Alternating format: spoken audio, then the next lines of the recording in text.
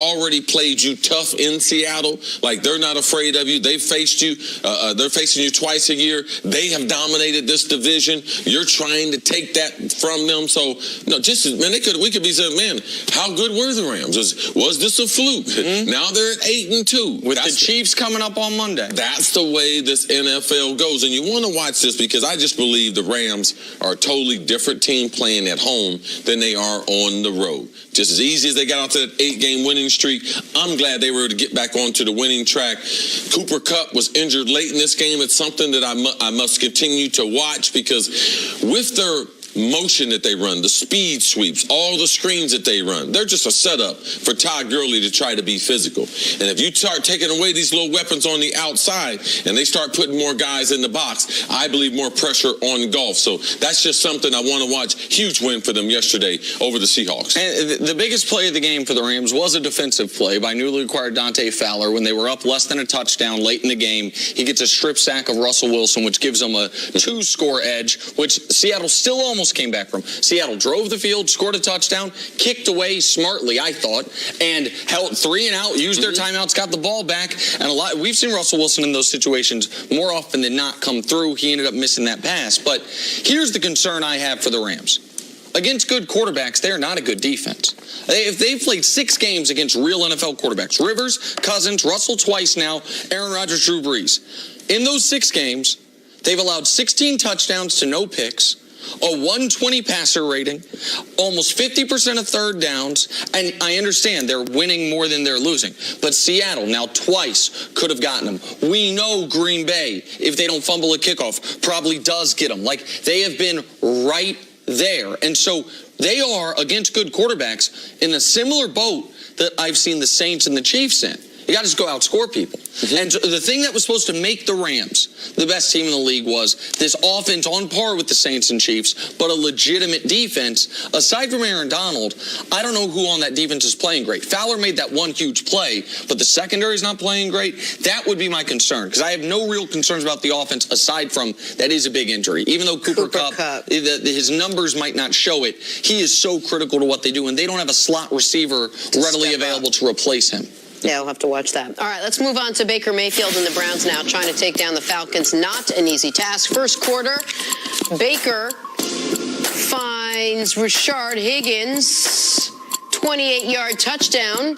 Later in the game, Baker again, this time to Duke Johnson for the 13-yard score. Baker would end the day with 3 touchdowns. Nick Chubb would seal the victory with a 90. Cleveland wins 28-16. The Falcons fall to 4-5. Here's Baker after the win. Yeah, when I woke up this morning, I was feeling pretty dangerous.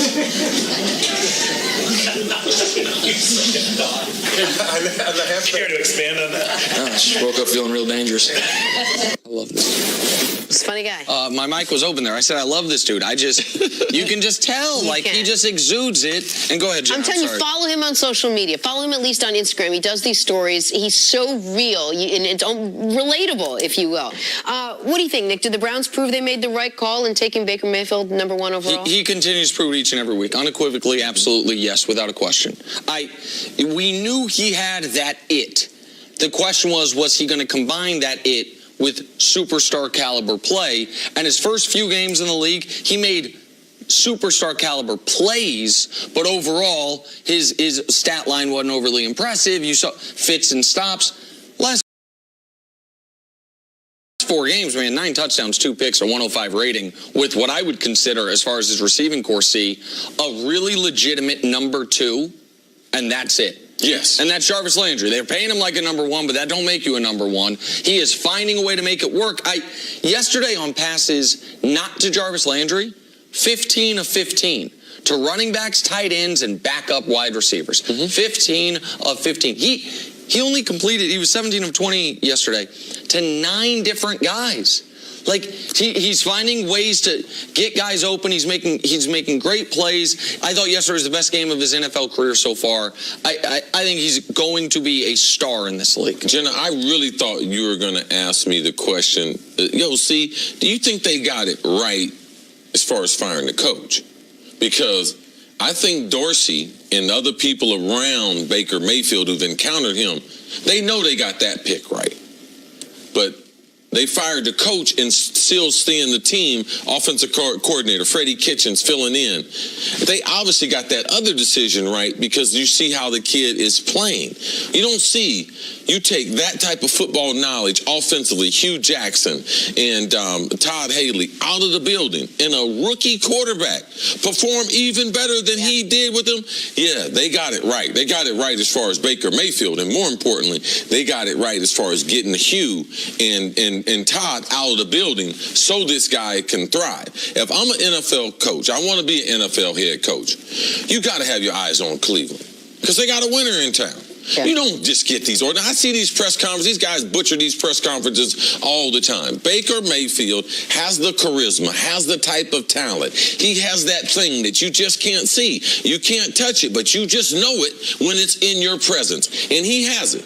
And if they can get a good head coach to mold something around him, we know they got some good defensive pieces, Nick. And right? Denzel Ward. They got plenty of salary cap space. Yep. Like, they got some legitimate pieces, but more importantly, they got the one that you need to be able to win in this league, quarterback right.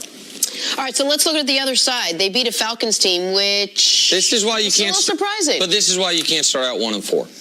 Because you can't lay in whenever we look at these teams with the bad starts, it's never until like week 12 that a team's mathematically out of it. Yeah, so we believe most teams can win 2 or 3 in a row. Right, and so we look at them, we're like, well, actually, and especially the teams that we thought were going to be good, we look at their schedule and we're like, well, actually, they should beat that team. They should beat.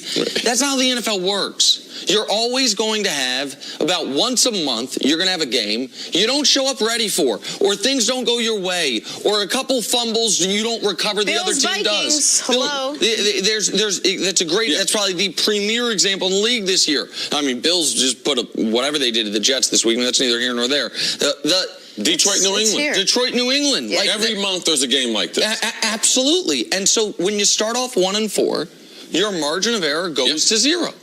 And that's what happened to Atlanta. Atlanta should not be in a position, they have too much talent to where they can't afford that hiccup.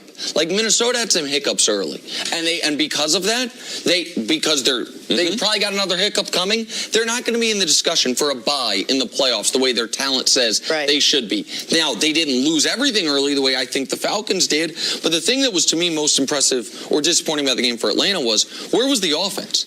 This Cleveland defense has only been turning people over, but has not been a good yardage defense. If you'd have told me Falcons lose the game 38-35, I'm like, man, their defense killed them. Yeah, but their offense was their healthy unit. And their offense didn't. I mean, Matt Ryan threw for 330 yards. And how many points you managed? Like, that was a disappointing game that now Atlanta basically is in a position they have to run the table the rest of the way, and we have no evidence they have the ability to do that. All right, let's take a break. Coming up, is it time to worry about Tom Brady and the Patriots after their